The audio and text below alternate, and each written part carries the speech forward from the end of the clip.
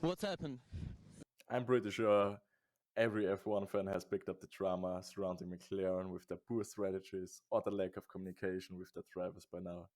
Be it either from Silverstone, where they sacrificed Oscar's race just so they could give Lando the worst tires possible, can you imagine? And lose out on a win. Or in Austria, where the team was unable to tell Lando that he's going to get a track limit penalty. Just to mention a few, but especially now, since the Hungarian Grand Prix, everyone knows about it, where the team looked like they had no idea which driver to prioritize. And what happened there at the Hungaroring was pretty embarrassing. Oscar Piastri had an incredible start of the race, while Lando sadly bottled the start once again. And he dropped down to P3. He quickly regained his position after the stewards decided to investigate the Incident. through a Red Bull, quickly told Max to give the position back to Lando. From there on, for the whole race, it was a McLaren 1-2, no struggles whatsoever. Oscar was actually leading the race very comfortably. Even after the first pit stop, things were looking good for both drivers. Until, now buckle your seatbelts, McLaren decided to do the unthinkable and they boxed Lando first. Yes, Lando first to cover for potential threat from behind, which was non existent at that point. I guess the team still had PTSD from Silverstone. And this is also where the struggle began, since they pitted Oscar just 2 laps later on, but the undercut has already done its job and Lando was leading by over 3 seconds now. And McLaren started to feel guilty, or they noticed the issue because, well, it's quite obvious Lando is leading now and Oscar isn't. I know from an outside perspective, as a fan, it's easy to judge and say something, but this isn't the first time something similar like this has happened with the team. Because McLaren right now are in a position where they can seriously fight for the championship and lead. Both the drivers are amazing, the car is amazing, but the top of the head game, their management and their strategy and their communication is still lackluster. And if they want to be the best of the best, they need to fix this as soon as possible.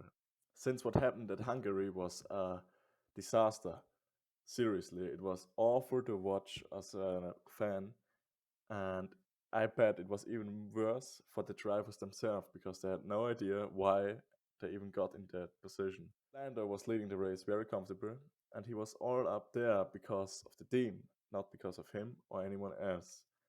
And the radio messages between Lando and his engineer were going crazy.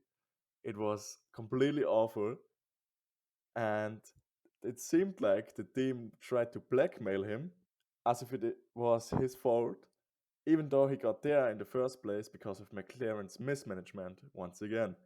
And some of the messages from the engineer were very weird and completely awkward as he was threatening Lando. Just remember every single Sunday morning meeting we have. And Lando, there are 5 laps to go. The way to win a championship is not by yourself, it's with the team. You're going to need Oscar and you're going to need the team. Hello? Come on. This is not a normal radio message. Just make it clear and give him a clear statement that it is a team order and he shouldn't be there. And don't try to gaslight him into thinking something negative or anything, to be honest. Why am I saying that it is a mismanagement from McLaren? Well, earlier in the race, they told Lando that he's free to push the papaya car, which was also on the live TV. And then suddenly, later on, they decided to stick to the current order for whatever reason. Clearly, a lack of priorities is missing, and they could have easily avoided this whole drama if they made it one of the two simple things. This is the most obvious and realistic approach. They could have just made it very clear and brutally honest with Lando and said, okay, Lando, we are extremely sorry, we made a mistake. We boxed you first because we wanted to secure the 1-2, and this is to cover any threat from behind. Please understand that we prioritize Oscar, so make sure to give Oscar the position back. This is a team order, and we are sorry for this. This is completely on us, and everything would have been fine, or it would have at least been very obvious and clear.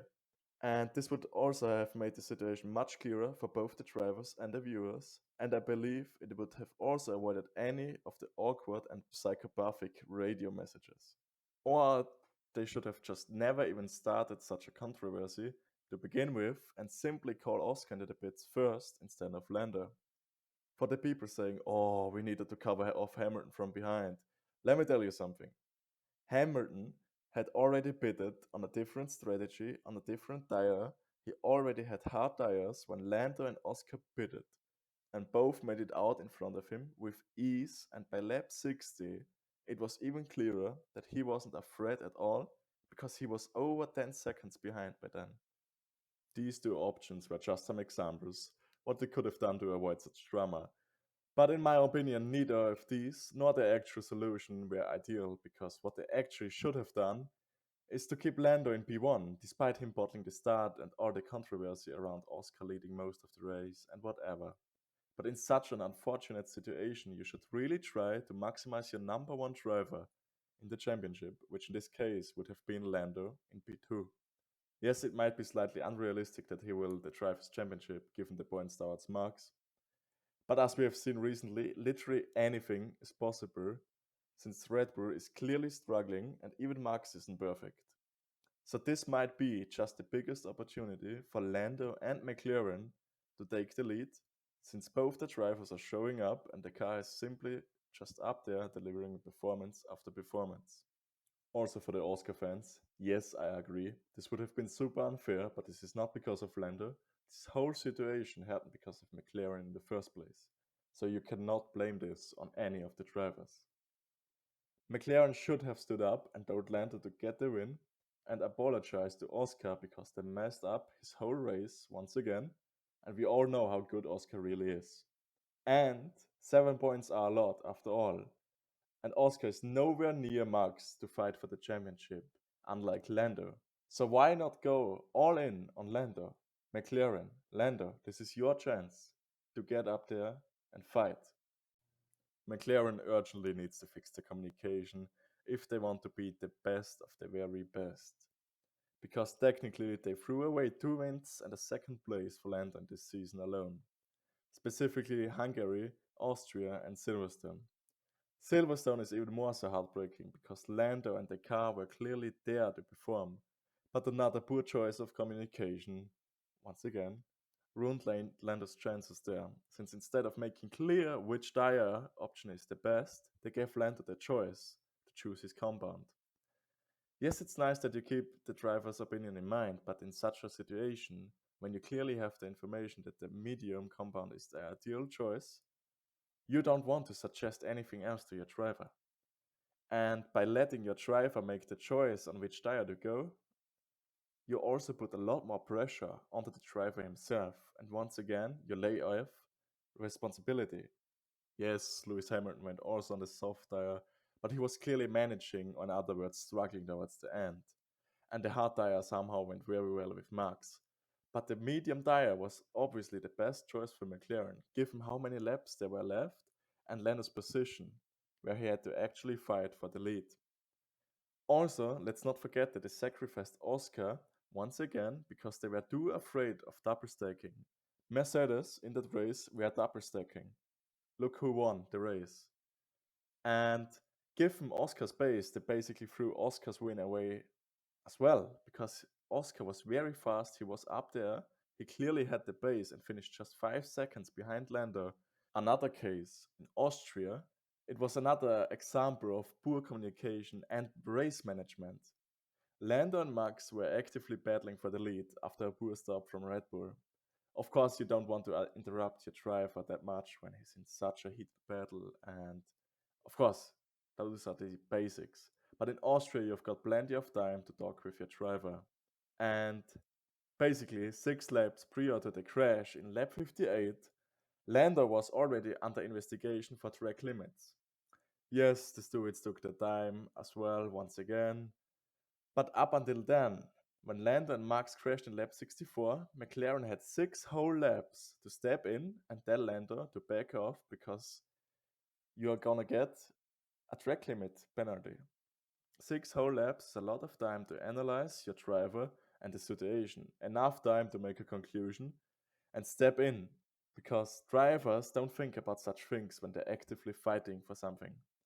So that's where you, as an engineer, as a team, have to step in and do your job and tell him, mate, back off, put your head down, you've got a time penalty, let's secure the podium, okay? That's it. That's more important than the lead or whatever. So, what all these decisions, or more like all this indecisive being from McLaren, has caused is to bring Lando under even more pressure from the media, the fans, and everyone around him, simply because it looks like Lando is the bad guy just once again, even though it's none of his fault. And McLaren themselves brought bad light on their team because their priorities are simply not being set very straight and not very clear. Also, I have to criticize Andrea Stella, the team chef, for this, because he's always playing these things down and he's simply not addressing the elephant in the room.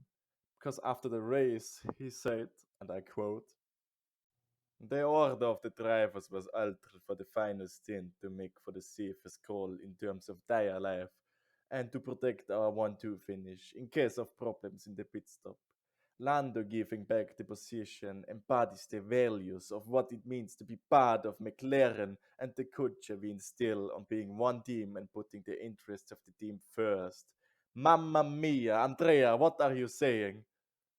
With that comment alone, you're simply completely ignoring the drama that occurred because it was not that easy. Everyone saw it, everyone picked it up, everyone noticed it, and everyone could feel it. There was a tension, it was crazy, it was nobody knew what's going on. I don't think even McLaren themselves knew what was going on. And this is once again just not addressing the elephant in the room and not taking responsibility and blame for your own mistakes as a team.